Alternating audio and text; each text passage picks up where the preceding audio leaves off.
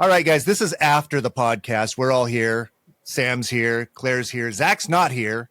And that's part of the thing. And so we had all kinds of crazy shit going on. We had Sam, you had a different mic that had an echo and through half the podcast. And we figured it out halfway through the podcast. So when it changes, everybody will know. And then Zach had to get going and halfway through three-quarters of the way through the podcast. So enjoy the podcast. It's just going to be a little different this time. There we go. Flavor Balance Heat, the podcast for hot sauce lovers and makers, is brought to you by Scoville.com. Try Scoville.com's hot sauce subscription box, where you pick the heat, flavor, and food pairings you want in your box. Get 1 or 3 bottles delivered to your door each month. Choose your heat level, flavor profile, and food pairings. And it's completely customizable each month. You no longer have to worry about getting the sauces you don't like or won't use. Scoville.com specially curates each month's box based on your personal preferences. And best of all, High Desert Sauce Co., Butterfly Bakery of Vermont, and Irish Spike's unique hot sauces are all available at Scoville.com. I can't really hear him. Can you turn him up some more, Spike? No, it's high. Sam, can you turn yours up? I don't know if I'm. Maybe just get really close. Oh yeah, we can definitely get close. Come on, guys. There we go. Yep, Let's that's good. do it.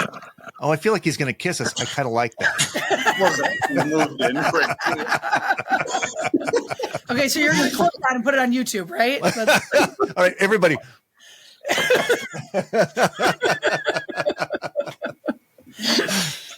All right.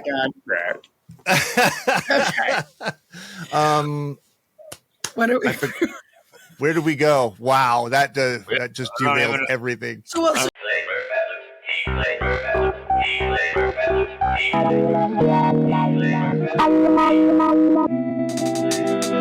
to Flavor Balance Heat, the podcast for hot sauce lovers and makers. I'm Spike.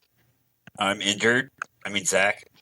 And I'm Claire. And today we're talking to Sam from Sam Sauce. How you doing? Son, what's going on, dudes? It's good to be on. I know last time Claire was absent, and I'm super stoked to see all you guys. Claire was absent intentionally. Yeah, last time she was just like, I don't want to put up with got this COVID, guy. just so I didn't have to be here. Zach, we weren't supposed to tell him that. Oh, was that a secret? Was that our secret? I was licking all the park benches just to avoid this. Wait, glad you're here now, because I'm sure I got some questions for you guys too. Oh, yeah, happy to be here, man. Awesome. Well, welcome back to the shit show. Yeah. Oh, I was supposed to say that. Everybody that comes on is hoping to remember to say it before Zach, which I love. And you know what I realized is when I sent out that bottle of hot sauce, I didn't send out the little "Welcome to the Shit Show" sign. So I'm sorry. It'll happen, but it's not like you would have noticed anyway. So. Oh yeah, exactly. Like, we haven't checked my fucking mailbox every day and wait for this. So this is a little different.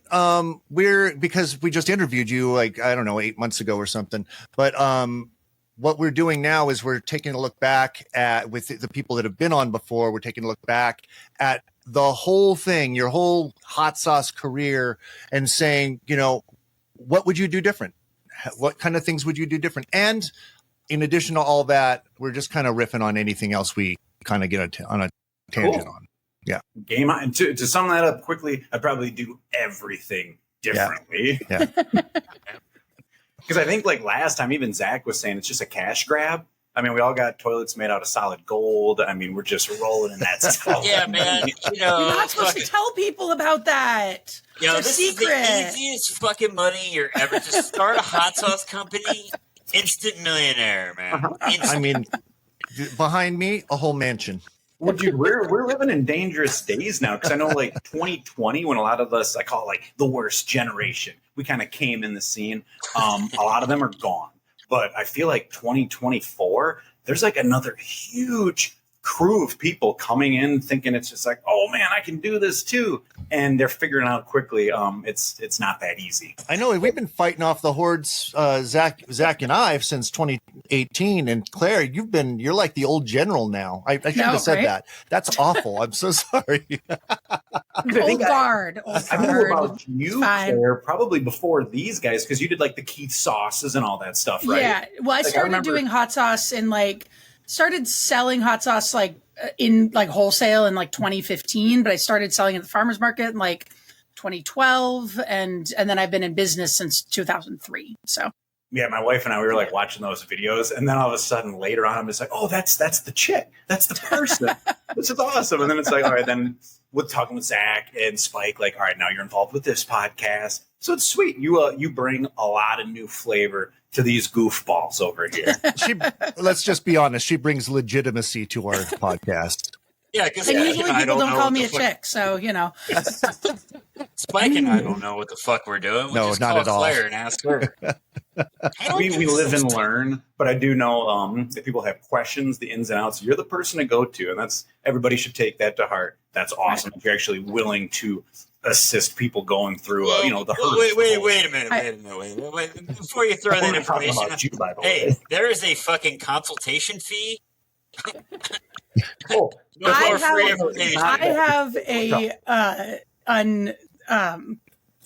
have an unhealthy need to inform people of things. And when they're doing things wrong, I need to tell them.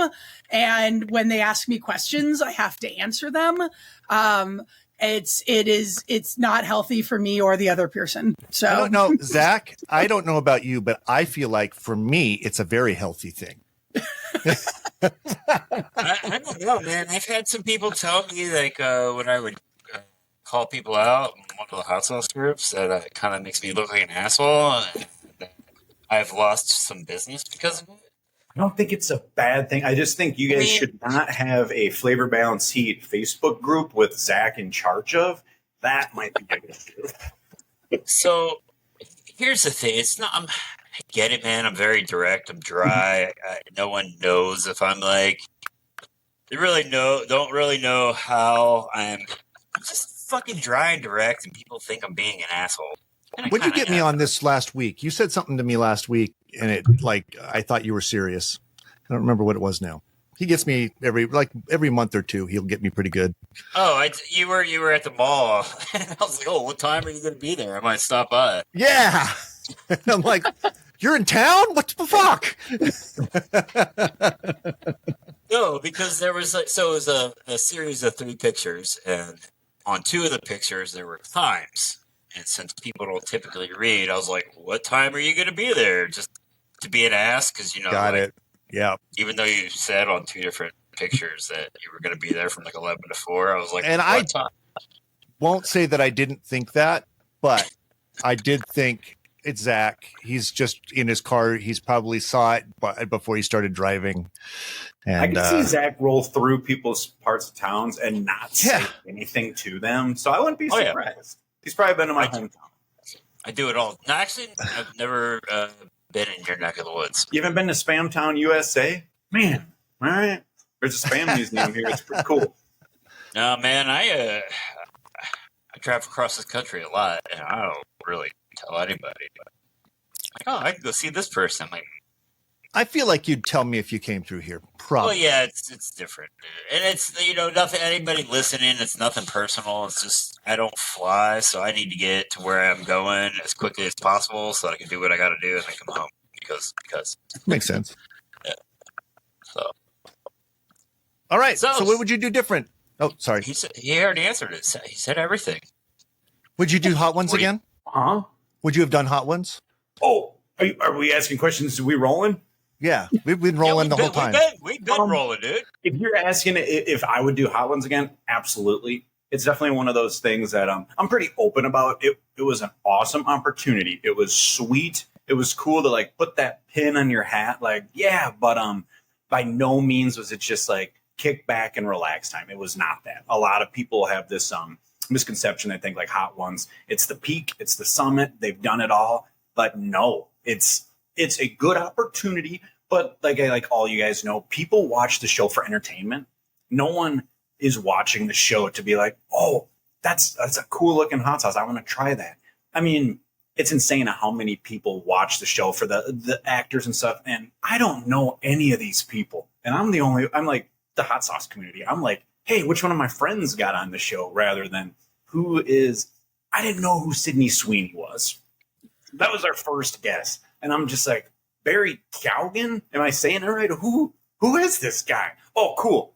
Conan O'Brien. I got that. But it's like the new age. It's entertainment, which is sweet. I get it. But yeah, cool opportunity. But no means was it just like awesome kickback. I've done it all. No, it's still very much involved, or as involved as you would want to be. I feel like it's kind of they say you have to make 9 impressions on a person before they'll make a purchase. Yeah. And I feel like it just kind of ups that impressions count. But you still have to do all the work that you would otherwise do to actually make that sale. Oh yeah. I always say it's the illusion of legitimacy where I feel like if you have that, people go, oh, maybe I will trust you. Like I just doing a collaboration with a couple chefs in New York with a So You Want to Get Fat podcast with Chef Brian Sow and Frenchie. And I've been reaching out to Brian. I've had him on my podcast years ago. And great ups to him. They're doing awesome things. But he even said, because I haven't reached out before, like, hey, you want to do a collab? And he's like, yeah, we'll chat. But he didn't see that being fit until he's like, hey, let's see what this guy does. Because I was fresh. I was new.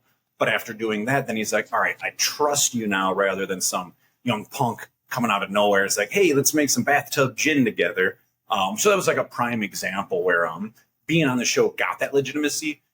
It's an awesome sauce. I love it. Flavor Balance Heat, the podcast for hot sauce lovers and makers, is brought to you by Irish Spike's unique hot sauces and Vandal pepper sauces. I'm Spike, the owner and executive saucier. Our sauces are handmade in the Pacific Northwest using the best possible ingredient. We believe that hot sauce equates to a balance of sensational heat coupled with a robust and complex flavor profile. Live your hottest life with Irish Spikes. Irish Spike's unique hot sauces and Vandal pepper sauces are available at saucecult.com. Cool collaboration with 2 chefs in New York that have Mission Sandwich and La Ravage. But yeah, that was a good opportunity from the show. From the show alone, one gripe I have, and I'm sure Heatonist is aware of this, you can buy my sauce all over the world. You can buy it on Walmart.com, Amazon.com. Is it from me? Nope. I mean, like fulfilling like wholesale accounts. I'm in Australia. I'm in different countries. I'm places where I don't even know where the hell I am because I was always under the impression like, we're going to fulfill these large orders for them only, but they're using that to wholesale themselves, which is cool. It benefits them more than it benefit me, but it'd be great if they said, hey, heads up, you're here, here, and here. So I can tell people about that, but I have no idea. I'm all over the place, but I have no idea where that may be. Kind of sucks. Along the lines of not even knowing where your product is, did you know that that Hot Ones that there's a Canadian Hot Ones? There's that, and isn't there like I don't want to say French, like a South American one too, but like all I know of is a French one and a French Canadian one. Yeah, but the French one does their own hot sauces. The French Canadian one, the hot sauces are provided by the Heatonist. And I saw one of them was Spicy Shark, and we make his sauces. And I asked him, I was like, did you know about this? I hadn't heard about this. And he was like, I had no idea. So it's on a whole TV show he didn't even know existed. So that would be cool because then you're getting that attention, but you don't have to say, hey, fulfill X amount of bottles. It's just a cool new, a new appearance, which is kind of cool. Yeah. I mean, did they say anything to you guys? I'm sure with you, Claire, with you fulfilling your orders. I mean, did they ever say like, hey, we're going to be using the bulk of yours to fulfill wholesale accounts and you might not know where the hell it's going, No, but I'm not surprised that they did. I mean, they mentioned to me at one point that they were trying to get into the distribution model and all of that. And so, that's kind of what they're doing. And they're in it. They got the exactly. Well, and especially international, they've kind of got like a relationship in every country. So, I mean, sauces all over the place. I think they're always kind of working out the kinks, figuring out what works and what doesn't. And then like with you fulfilling that much larger units before 2020, that's probably when they were doing less international and then probably just direct from them only or subscriptions, which is like, that's the way to do it. I love it. I think that's killer. Well, that whole side of the hot sauce world is really changing. Hot sauce, go back during the pandemic, hot sauce was still really niche. And so the subscription boxes were booming. Everybody was excited about all of that. There weren't as many players in the market. And now it's mainstreaming. So you don't need to get a subscription box that has sauce that you don't really want. And you can get it in more places. You can get it, more easily. You can choose the ones you want. So I feel like pretty much across the board, the really niche hot sauce markets are struggling. And the Heatonist is finding a way around that. So, and I'm seeing other players struggling a lot, and they're kind of finding their footing. So, it's interesting to watch.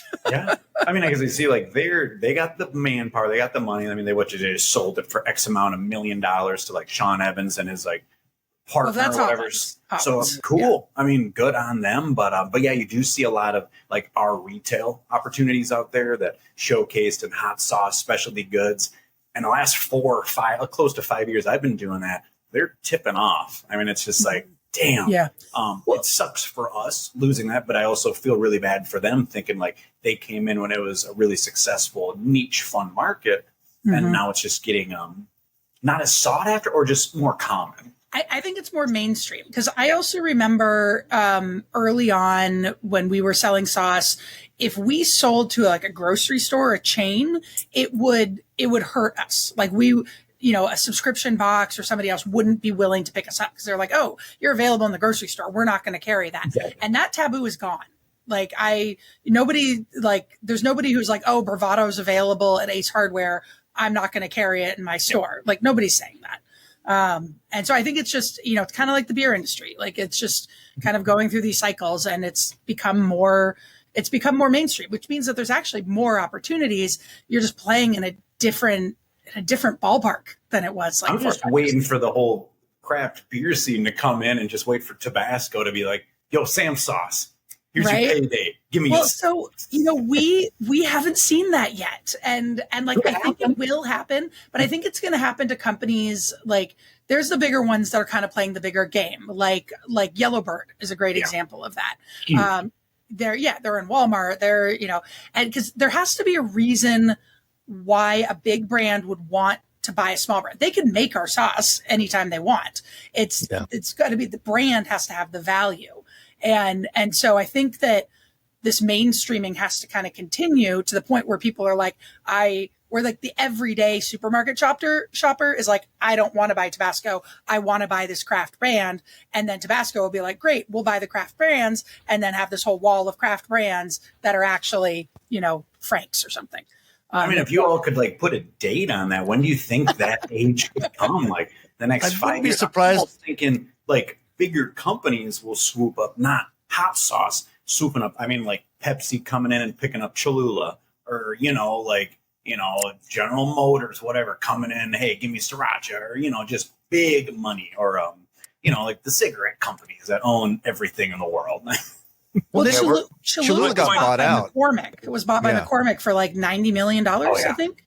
Because even Louisiana, I think that got bought out. I was talking to them at Jungle Gyms last year, and they're just like, yep, it's for sale for X amount. I'm like, damn, that's big money. Well, and Cholula sold for 9 times revenue. I don't remember exactly what they sold for, but it was 9 times revenue, which is a huge, just a huge iteration. Now, obviously, there's a lot of growth opportunity with Cholula.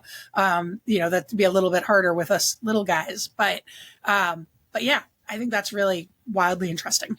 I would say it's the opposite. 9 times my revenue right fucking now and tell everybody to get fucked. 100%. Right. Love you guys, but I would disappear. 9 That's what Helen and I talk about it all the time. When they buy us out so we can open build our hot sauce mansion, we're going to be happy. Wait, what are you talking about, dude? We're all rolling in the fucking dough already. We're all millionaires. We're just secretly dressed like Be like, hey, John, get bought out and just start another company. I mean, well, I'm sure there would be a non-compete or something. Yeah. Yeah, I mean, but then you have to start a beverage yeah. company. Yeah. Start a beer company. And I bet you that's.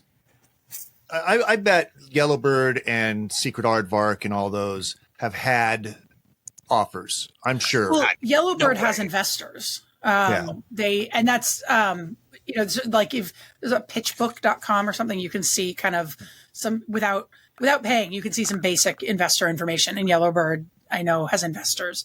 I don't remember who else. I was looking up different hot sauce companies that had investors, and I'm drawing a blank. Investors are scary. I don't know if I want anything to do with them. I'm in the process. I don't know. I'm in a weird spot money. with. We're not going to give you anything, but I will accept everything. Well, no, it's not that I wouldn't give them anything, but some of the local people I've talked to, they're like, yeah, I'll give you $250,000, but I want like half your company. And I'm like, motherfucker, I spent the last 7 years building this from $200 and no fucking idea just because you got a little bit of money is not worth half my company. I mean, who wants to buy a company where there's a guy's face on the bottle? I don't know. Yeah. Yeah, investors. Well, you can see the hallmarks of an investor company. Like when a company has recently got investors, all of a sudden there's like certain behaviors that you see of them, like going into Walmart and selling $1 little mini bottles, and stuff like that. I don't understand how they don't. I don't understand how they make any fucking money on that, because I mean, we all know those little bottles are not inexpensive to fill. Yeah, volume. Just and they're probably making those bottles themselves. Or they're buying it by several truckloads at a time. Yeah. Yeah, but still, I mean, I kind of like sullies the brand a little bit. I think you were even saying like locally, if you're in bigger box stores, like grocery stores, and people are going to be like the small niche quantity, like specialty stores, which we want to be in, they're not going to find that need. I was in a couple like local grocery stores that were bigger, and then I just kind of, the communication stopped mutually. But then I'm like, kind of like, cool, this is awesome, because I didn't really like that. They did nothing for me. They were marking down my products tremendously. And it's like, now nobody's going to come to the farmer's market to see me because, hey, I can buy it for however much cheaper there. And then the cool specialty markets, they don't want to mess with that. So I kind of went back and then just tried to stay more on, quality mom and pop specialty stores, places that I want to shop at or where I want to be represented back. I don't care about the bigger stores, obviously. I mean, if there's a cash grab, cool. But I think I've done, like you were saying before, like, would you do anything different? I do everything different because I don't think in a marketing sense, Walmarts or Targets are going to be like, first of all, sir, how do you say your name? What is that? Sam Saha's? So I got nothing. I mean, it's the branding. It's everything. It's random where that's what I would do everything differently. But I like what I did. It was very much me, very random and unique, but not presented well in like a true business marketing sense. Flavor Balance Heat is brought to you by High Desert Sauce Co. out of Tucson, Arizona. Zach is the owner and creative mind behind High Desert Sauce Co.'s hot sauces. He says, at High Desert Sauce Co. we make sauces that we love. The balance of bold heat and fresh flavor is the heart of our philosophy. We keep it simple by using the best ingredients we can get our hands on and letting the natural flavors run the show. High Desert Sauce Co. Just the good stuff. Visit High Desert at hdsauceco.com. What's the banana sauce I can never say the name of? What's your banana sauce I can never say the name of? Ooh, Hot Hand Banana Ram. Yeah. Names are ridiculous. I made that for my wife named Hannah, and I just thought, Hot Hand Banana. Maybe we were just goofing off with names. A lot of my names are ridiculous. I've got news on that. I'm doing a banana sauce. Remember I told you I wasn't going to do one? I figured out how to do a banana sauce. The banana sauce? I'm doing a banana sauce, not like yours. Yours is amazing. You don't even want to be in your household when your wife's making banana bread. Yeah, but you changed my mind on that. I had that sauce, and I swear to God, acidified banana is a different thing for me. So I actually have a sauce that has a good amount of banana in it now, thanks to you. But it's not at all like yours. I used to make a blueberry sauce that you like with banana in it. What the fuck are you talking about? The blue, yeah, that one. But I don't taste the banana. I taste the blueberry in that. You really don't. You're getting the sweetness from it. It was my take on like a sriracha almost, because sriracha, it's good for what it is. It's a ridiculous for a amount of sugar that I can't stand. It's so much unnecessary sugar. So that's what I was thinking. It's like, what can you get natural sweetness from without packing it full of sugar, and just kind of educate people at markets? I bring up your story all the time. I love giving it to people without saying banana, because once they hear banana, they get weirded out, or they're thinking, oh, I don't really like banana. I'm like, it's not a piece of candy.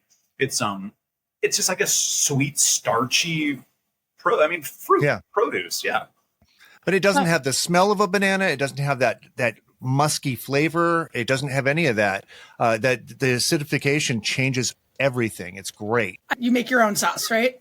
Yeah, full transparency. I make everything I produce except Smokey J. Smokey J, I had to hit up a co-packer. I'm a one-man operation. I do everything myself. I'm ridiculous. And I do the little hand siphon thing every bottle. It's crazy. I got an awesome system, but that's why I have like extremely low overhead. I mean, I rent a facility. It's me that's doing everything, no employees, anything, which I used to take great pride in, but also I'm thinking like, I'm idiot. Like, I'm busting my ass, but also I'm not going for huge markets, not going for huge orders, just consistent, progressively like improving. Or I always say it's constant momentum forward. Yeah.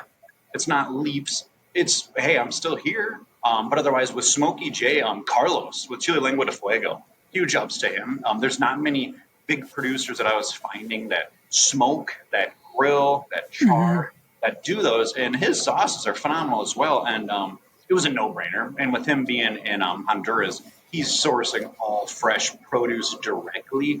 And I'm like, how beautiful is that?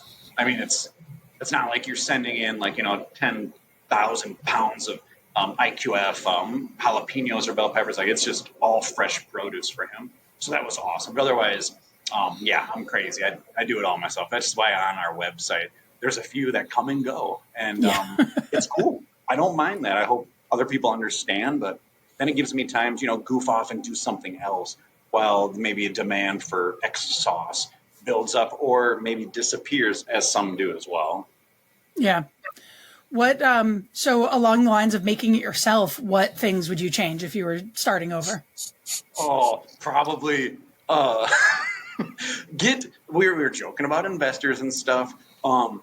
Be okay asking for help, like financially or something, because as Zach, I think, I did it all myself, very small based, I got a small pot, I got this, hey, let's say I'll buy, a case of bottles, which was on like Amazon for like, I got like 36 bottles. And I'm like, sweet. And it's like, whoa, I better buy 2 of those.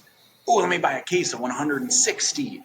Whoa, okay, let's get my first pallet. And I was like, oh my goodness, what's going on? It would be being more comfortable to ask for help in the sense of like, maybe some financial means to get me in the right direction quicker than taking X amount of time to get there myself. But you live and learn. I like fucking up. I like making mistakes. It's the best way to learn. It's like with chef experience, you guys, whether you do or you don't, you're cooking every day, you're making sauces. The best way to learn is to fuck up. You always tell people it's not fucking up, bro. It's called taking the scenic route. And I am the fucking king of taking the scenic route. It's perfect. Well, like in a kitchen, everyone's like, well, how do you cook the perfect steak? We'll overcook the shit out of one. And then be like, whoa, that was bad. Well, then I'll undercook the shit out of one. Okay. It's those wide extremes help narrow that gap. My sauce is way too salty. Cool. Awesome. What did you learn? Did you take note on that? Do you know how much grams went in? Let's half it. And then it's easier to find that median. But yeah, that's what I would suggest for sure. Yeah, I'm still learning because it's, everything. Claire's been doing it longer than all of us. And I'm definitely still learning. Every year you talk about something new you're doing. And, that's the thing. Every time that I have one of those epiphanies where I'm like, oh my God, it's the most brilliant idea ever. There's this little voice in the back of my head is like, so what have you still not figured out? Yeah. Like, oh, good. So like with Zach, Spike and myself, we just kind of do hot sauce only for the most part, right? Because Spike, you just a hot sauce dude too? Yeah. Yeah. I have a ketchup. Okay. And Claire, like you're more snack stuff. Like that's awesome. Has that been like, if you were to do it again, would you say lean into that more or not so much hot sauce? I don't know. Well, because one, if I were like, no, I'm only making one line of products, I wouldn't even be making hot sauce. I'd be making cookies, and I'd be doing it by myself. Actually, I probably would have stopped doing it by now because I wouldn't be able to support my family doing it, whereas I can support my family with hot sauce. But I don't think so. One of my big, like, I don't know, realizations in life is that I am who I am and I can't be anybody else. And I don't think that I would be able to do this and not be doing a lot of different things. Like, I've been doing it for 20 years. I'm not the same person that I was when I started it. What I want to do in life is not the same as what it was when I started it. So, like, I guess other people like quit their job and go get a different job, and I just change the entire nature of my job. Like, that's what I did. That's amazing. That's so cool. I love it. But I do have issue with like people like right now we're trying to grow and trying to figure out the branding on a company that makes, you know, we'd be like, okay, we make farm to fork condiments. Okay, wait, we also make cookies. So we make farm to fork foods, and like, okay, that works. But then we're like, yeah, we're a manufacturer. We have a factory. It makes it sound so, it's like we end up getting really vague before we can actually say anything. And it's so we're actually going to our first trade show on Tuesday, and we're only bringing hot sauce and caramel because those are our two top selling categories. And it's still confusing because we're going to walk up there with a booth that is like split down the middle, and our people are going to be like, why do you have both of these? And I'm like, because we like making shit. And it's tasty. If the hot sauce is too hot for you little chumps out there, you got some caramels over there too. Yep, exactly. Our caramel sells so well at hot sauce shows. Like, it's so well.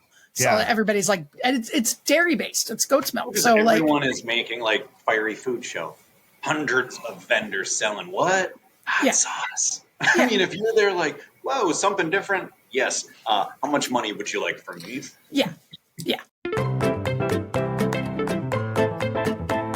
I'm Claire George. I own Butterfly Bakery of Vermont. We make hot sauce, mustard, cookies, and granola, and 100% of our products are made with Vermont ingredients. The thing that I hear most often from people is that my hot sauce tastes like the peppers that are in it. We do really simple recipes that don't get too crazy and nitpicky, just to really accentuate the flavor of the peppers that are in there. The unique thing about our hot sauces is how much we feature the farm and the relationship with the farm, and really bring the terroir of Vermont to our hot sauces. I am pretty sure I am the #1 purchaser of Vermont-grown chili peppers. I would love it if there would be a legitimate pepper market in Vermont where people would know Vermont for its peppers. We're all better for supporting each other. You know, and I think that part really shows itself with the collaborations that I do with the other businesses and the other farms, that I love working together and coming up with new ideas and presenting each other with new challenges. And I think overall that's the attitude here, and I absolutely love it because that's my attitude. I try to live my life with love. The ingredients that I use, I would say that my values are reflected in that, that I use ingredients that, again, feel good, feel loving, feel supportive. The relationship with the farmer was how it all began. If I changed the reason for it being, if I went out and bought some commodity peppers, you know, it might not be as good. You can find Butterfly Bakery of Vermont hot sauce, mustard, granola, and cookies at butterflybakeryvt.com.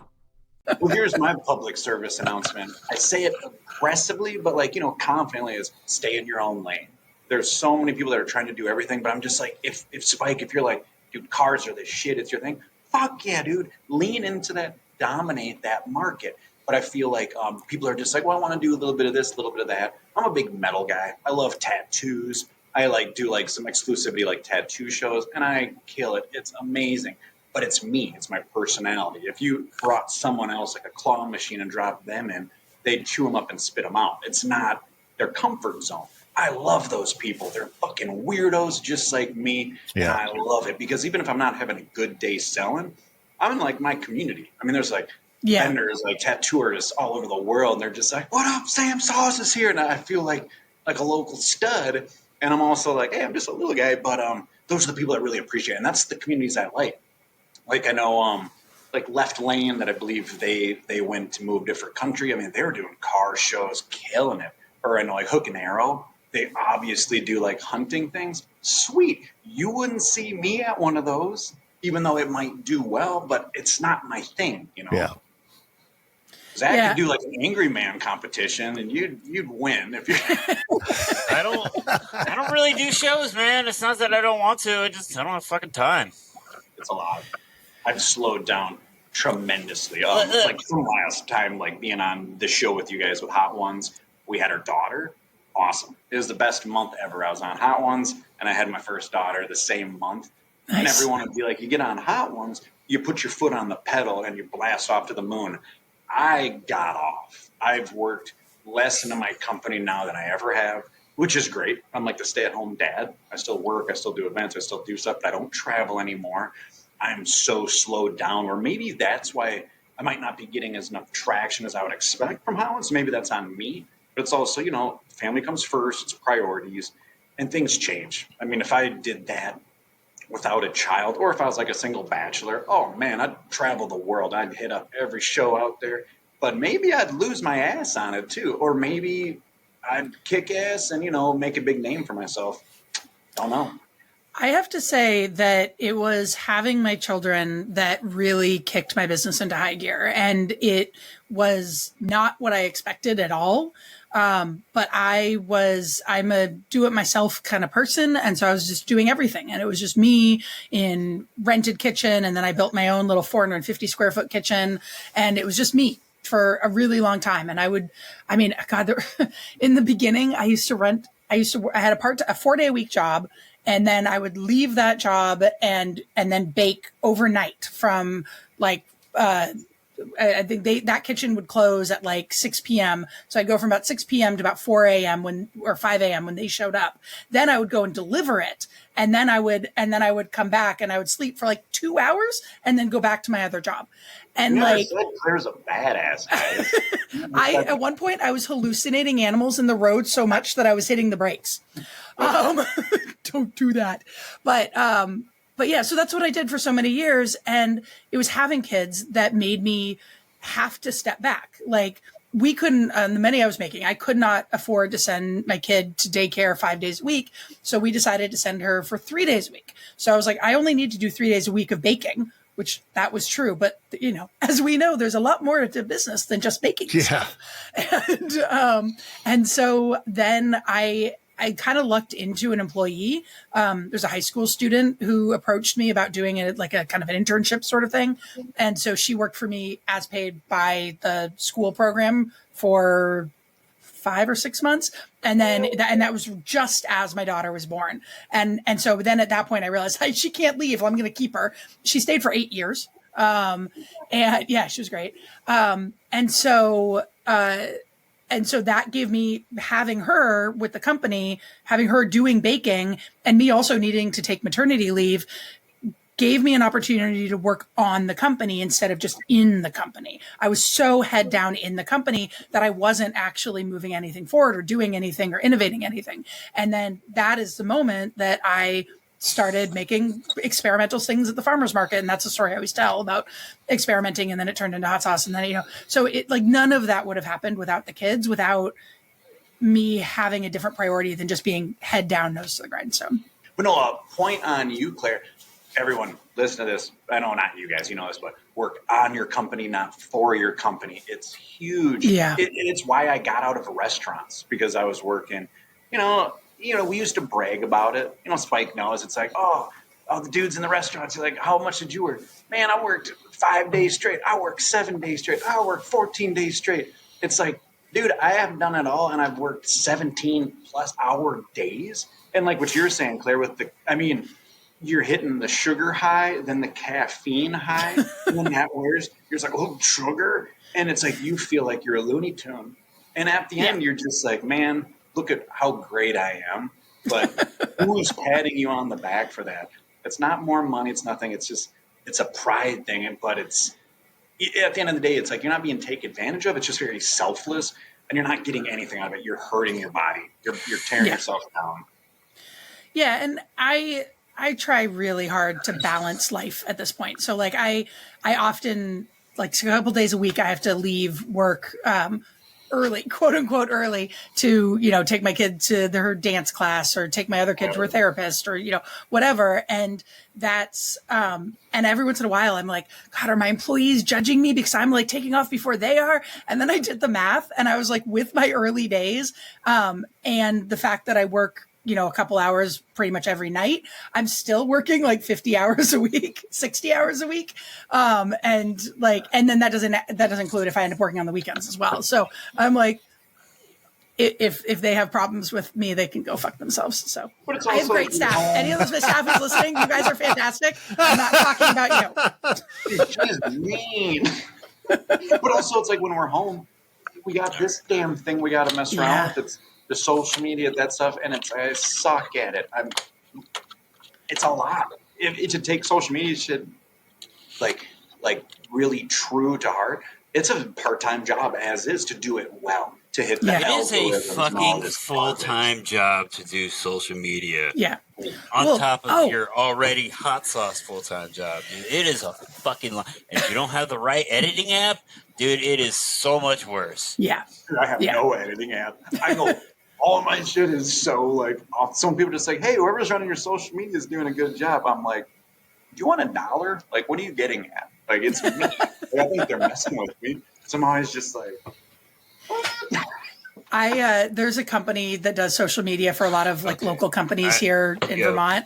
And they, I recently heard from somebody what their pricing was. And for, it's 20, they charge, I think they do 3 or 4 posts a week. And like, basically that's it. They'll create, and I think they charge more to create the content, $2,500 a month to do 3 or 4 posts a week. Zach had something to say. Hold Yeah, on, dude, guys. my back is like getting fucked, so either I gotta bounce or we gotta wrap this up. Zach, why don't we'll round this out and just make it last the next few minutes. Go ahead and go home, dude. I feel like An edit on this one. As a matter of fact, we really do made it keep to 10 minutes here because that's going to be. Do you have something you can grab real quick for a hot sauce show and tell? I got nothing here that's not my own. Do a shout out to somebody. That's what Zach Hell does. yeah. Let's see if you guys want to roll first, then I'll come in hot. I can give it a little thought. All right. Okay. Hot sauce show and tell. I've got I've got a special one this week, but you go first. I brought Adobo Loco Taco. I have not tried that one. I haven't either, which is why it's closed. But I love the stuff that Adobo Loco makes, and I love them, and it's great. So I'm excited to try it when I next need to open a bottle of sauce. So I have I kind of broke the rules. I don't have a hot sauce, but I have something hot, supposedly. Do you remember when we had AZ on and he said the hottest mustard he ever had was the mother-in-law mustard? Ooh. Mother-in-law mustard from Russia. Nice, wow. Yeah. Super cool. So this is the second time I ordered this because the first time it showed up and I think it's still in there. And if I pop it, it's going to go everywhere. It was all little bubbles in it and everything. And I was like, I'm not going to touch that one. Let's get a different one. So I'm going to see right now how hot this is. That's a big spoonful. I'm not going to do a lot. I don't. It's got like chunks of stuff in it. Tri-course seed. Whoa. Whoa. I crawled right up my nose. Whoa. At first I was like, this isn't that bad. And then it said, woof. And it says it just has mustard in it. There's no horseradish in this? I would bet there's horseradish in it. Wow. Oh, I think it's just mustard. What else is in there? It looks green. It's let's see, water, mustard flour, sugar, salt, canola oil, citric acid, turmeric, artificial flavor, caramel color, mustard, sulfites. So that artificial flavor could be something. Yeah. it's something. Woo. He's right. What about you, They got me. Sam? Ooh, well, all right. I want to do one oddball, but also a hot sauce. For a hot sauce, Proper Heathen. They're from Canada. Small tier company, but their miso, like awase miso, is a killer sauce. I always Wow. say, from anything from Proper Heathen from Canada is worth the additional shipping. I did like a little swap with him when we first started, but it's like we've all tried a lot of hot sauce. We've tried Yeah. a lot of Yeah. we've tried a lot of sauces where I know everyone's flavor is different. I know Zach, we can talk shit about him because he's gone now. He's very salt sensitive, and I totally get that. Me, I push it. I'm right there with Spike. I have not tried yours yet, Claire, but I like. Why would you put like a bland sauce on salted food, and then it's going to be muted? Right. But I would say them for a hot sauce, killer.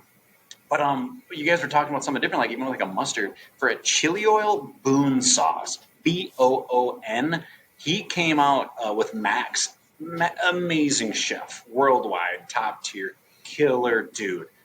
We had him on our podcast years back, phenomenal. But if you guys can get him on Boon sauce, if you're not familiar with this chili crisp, this was 5 years ago, and it was like the best I've ever had. I mean, it was just like, boom, son. It was so killer. It wasn't just like, because everyone's like, oh, chili oils are kind of like the new hot honey, where hot honey was a really cool niche thing.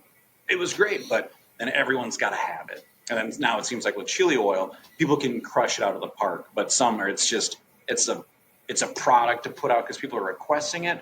But on Boone, I mean, he's straight up chef, world tier, trained, traveled all over. Bomb, chili crisp, killer. Nice. I'm looking forward to that. Like in a vegan version without his anchovies, but it's like, now you get that real good stuff. And I'm not the biggest seed oil fan, but I'll gobble up some Boone sauce. All right. Awesome. And I think, why don't we just start changing this? I'm just going to put this out there right now. I know Zach will be on board to making a hot sauce shout out. Yeah. Yeah. I think that's a lot easier. Yeah. Well, you guys do some video stuff, but for the most part, it's just like an audio content. Or do you do YouTube as well? It's audio now. Okay, cool. Yeah. Shit, Yeah. easy enough. We can all say we got our bottle right there. You Yeah, see that? nobody needs to know. That's true. That's I true. would lie to you. Fuck you guys.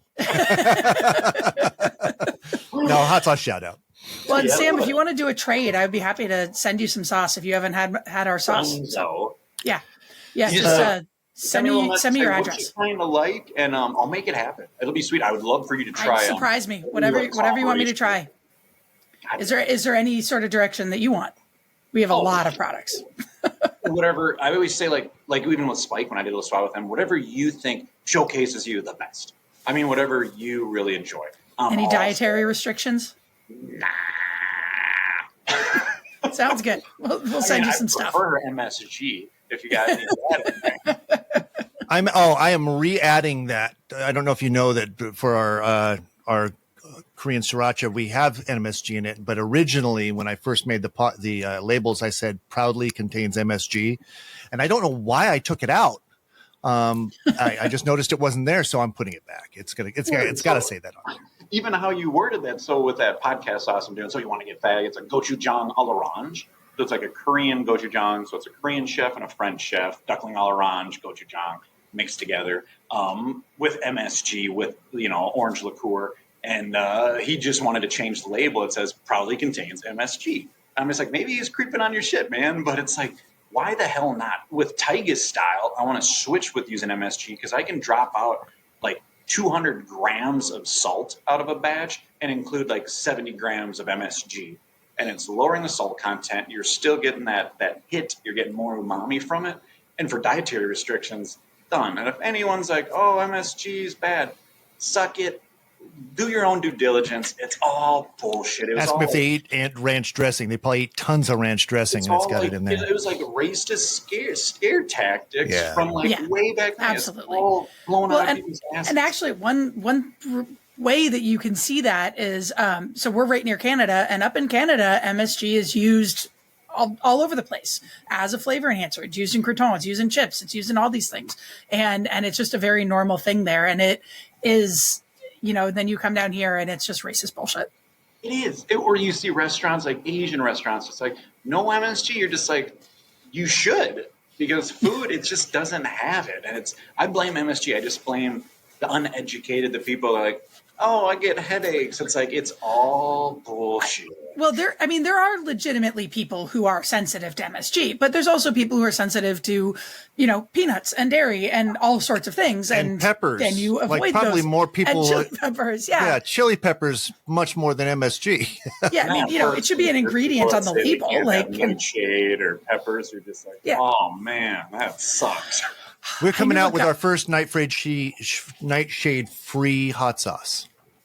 Wow. Let it rip. Yeah. Because I've got somebody that next to us that can't do nightshades. And they're so sad because they haven't been able to have hot sauce in so long. Get it? Oh, look at you making dreams come true. Well, what about those people who have the bell pepper allergy? Like bell peppers give them the shits, which that's wild to me. And not chili peppers, but bell peppers. Type of pepper, I'm just like, are you real? Are you for sure about that? It's a real thing. Yeah. I had somebody asking about, they can't have green, it can only have red. And I'm like, it's the tomato sauce we use. It says it has red pepper in there. I don't know what to tell you. Well, and I use Carmen peppers as a sweet pepper. And I don't know if people who can't have bell peppers can have Carmen peppers. I know they can have habaneros, and I know I have a friend who can't eat bell peppers, and he loves our not so hot sauce because it's a not spicy sauce, but it's made with a Trinidad sweet perfume pepper. So it's a Trinidad branch of peppers, and so he can have them, no problems whatsoever. Just can't have bell peppers. It's more like the capsaicin families, maybe some people can have the chinense, not the pubescent, or the other varieties. That's pretty damn intriguing. But bell pepper is in the same family as a jalapeno. Yeah. So, but they can have jalapenos. They can't have bell peppers. And like I said, it's an absolutely real thing. I just don't. And I've asked them. I was like, do you know if you can have a Carmen? They're like, ugh, but I'm not going to find out. You should ask Ed Curry because he knows everything.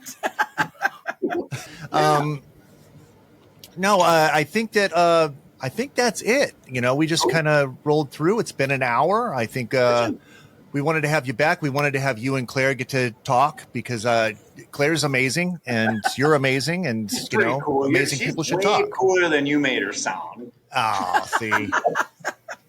You talking shit about me, Spike? Well, only when I have to.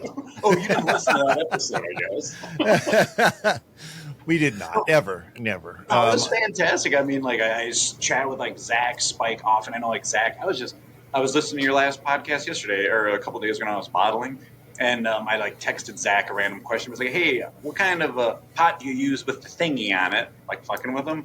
And he's just calls me. It's just I thought this would be easier. And he's just grumping on the phone. But essentially, I mean, we're just bullshit for an hour. And I'm just sitting there bottling away with my little headset. It was great. I love that. I love being involved in the community. I think that's probably the coolest thing. That's the biggest thing I miss instead of traveling and doing shows with a new child and everything is don't think of it as I'm going to the fiery food show to make bank. It's you're seeing your pepper family. And it's hard. Yeah. It's a hard way to sell that to the wife or your significant other to say, hey, I'm there to kind of fuck around and party for a couple days rather than it's all business, baby. What it tells you it is lies. Well, and it's kind of crazy when fucking around and drinking with people is work. That is what I'm there to do. I mean, I went to a Vermont food tasting show in Washington, D.C. and with no expectation of selling anything. There wasn't even an opportunity to sell anything. The number one thing I got out of it was staying out until 2 a.m. with a whole bunch of other Vermont businesses because we're all super busy people. And in Vermont, we are never going to get together. But we're all stuck down in D.C. for a night. Sure as shit, we're going to have some great food and drink and stay up late. Absolutely. So, our best part about the whole trip. Again, one of these. I miss it. I was at the time, no, it's business. We're working hard. But also, I was in Tennessee, Nashville last year, and I was karaokeing downtown, and that footage got out.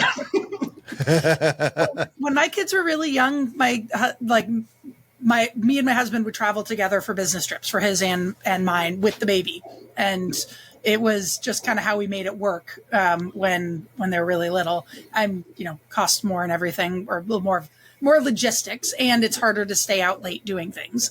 Yeah, that's the hard part for me is like when we were in Portland, I just didn't want to go do anything. We did, but I just, we were with our employees. They all wanted to go party. And I just was like, I just want to go to bed. Yeah. It's been a long day. Or working those big 3-day events. I mean, I always have to tell people just like, dude, we're going to be on our feet for 10, 12 hours. It's going to feel like a full day working away. Pick and choose your battles wisely. It's fun to just tear it up. But it's like the next day for us, we want to make money. We don't want to walk away from these events in the red. So it's like we do take it very seriously, but also you meet your buddies, you hang out with some friends, and we all know what happens after that. Yeah. Well, it's nice if there's like a slow moment in the show, and then you can leave somebody running the table by themselves, and you can go and hang out with people and do the schmoozing and talk. I got to do that. It was nice. And then we'll all meet up and we'll drag Spike out and we'll say, hey, come on, buddy, let's go potty. And then Zach will be like, no, I don't want to. You know who doesn't want to? At least when is Scott. Scott's like, I'm going. I was going to go sleep, and I was like, me too, dude. He does. He's just like, nope. I like to have my own place. I don't want to be in an Airbnb. Go home and I sleep. We brought him out to a couple chef dinners in Albuquerque, but otherwise he's like, nope. I like to go. I've got a standing date with him. We're supposed to be going to this place. He said they have the best chili rellenos he's ever had in Albuquerque. And so I'm like, okay, but we didn't get to do it last time because he was not feeling well. So are you guys both going to be at the Fiery Food Show coming up? I'm not. I don't know. If we are, we're going to go as like we did last time, which we just went to go. I think it's already been sold out like right away, which is a little discouraging because I was the new owners of it. Hey, awesome, cool. But they kind of knew I wanted to be involved. I had a lot of stuff going on. They didn't reach out to me, so I didn't get my spot. And it's like, cool. Well, I think I'm probably done there. I had a really good time, but it's huge for me to drive there. I mean, it's like 18 hours straight, and I drive straight. I'm nuts. And then I'm there for 3 days working, and it's a day before the day after, but I'm gone after that. But yeah, like Scott, he's a good dude. There's awesome food in Albuquerque. I would love to just bring a wife there just to travel around, eat a bunch of food. Killer pastries. Claire, if you go there, the Burke House Cafe, it's like a kind of French, but it's like Burke, Burque. Holy shit. Their French pastries. Bomb. I mean, they had like this kimchi crab croissant with like an egg yolk on top, and I'm just like, oh my god. And my buddy that came up from the table, he's like, I'll have a chocolate cookie. I'm like, the fuck are you doing? Get some crazy shit. Yeah. I love it. I have to say that I go to New York to the New York Hot Sauce Expo every year as a guest. I mean, as an attendee, not displaying. And I have not decided what I'm doing this year, and I don't even know when the announcements go out. So I have to decide soon, because hands down, it is worth it for me to go not selling, and it would be so much more expensive for me to try to sell. And I don't know if I would actually make money, and I wouldn't be able to do all of the networking that I do when I'm out there. You had Roddy on that I just heard Riz's episode. He didn't mention anything, but he's been doing that for the last year or so with Albuquerque. He's going just as himself. He's like, because he's going to, I think you can get more out of it. It costs for the amount to pay to go there to sell to possibly make money. You can basically come out more ahead by just going there for fun. Yep. And then you can just walk around and talk to everybody. You can do sales calls while you're in town. You can visit your existing accounts. You can co-packing clients. You would kick ass there. Yeah. Absolutely. You're incognito working. I love it. Yeah. Well, and Claire, you can always go as the podcast and just do a quick interview, record it. Yeah. There's nothing wrong with that. And it helps us. I mean, just signing up people for the podcast. I got so many people in Fiery Foods. Well, I'm going to New York. Besides New York Hot Sauce Expo, I'm going for the Fancy Food Show this year, and I'm going for the New York Now gift show, another trade show. And I'm going down to Boston on Tuesday for a day. I'm going down at 5 a.m. and I'll get back at 7 p.m. for a trade show, and then I'm going to Portland for another trade show. So I'm like doing all this traveling, and I'm just like, and it's hard, being away from my family, and I just, and I honestly, ideally, hope I'm not going to be doing this much traveling next year.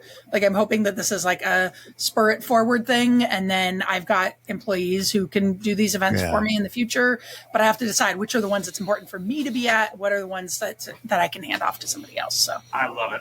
On or off camera, I'll tell you my experience with shows I've been that you may not have. And I'll be brutally honest if I would do them again, the pros, the cons, but I think for just going to those, being involved, you get more out of that, and it's probably more enjoyable, less stress than manning down a booth for X amount of hours for X amount of days. If you guys do go to New York, go to Brooklyn, it's like right by Hedonist. You got to go to the Mission Sandwich. That's what Brian Sowell, the dude I did a collab with, hit him up, give him some shit. He's a chef, bust his balls, and be like, so I heard you did a collab with this like bearded metal long-haired fucking dude. Why? You think you got a beard hair in one of the hot sauces and just be like, what the fuck? He would just be like, he'd think it's pretty good. I'll have to check that out because I always stay at a hotel right near the Heatness, so it's probably right around the corner from Mission Sandwich. They do their own bread. They're big, badass. Like, I'm just seeing it on social media, and they look fucking awesome. Oh, that's great. Hell yeah! This is fantastic, dudes. This is so great. So great Yeah, chatting. absolutely.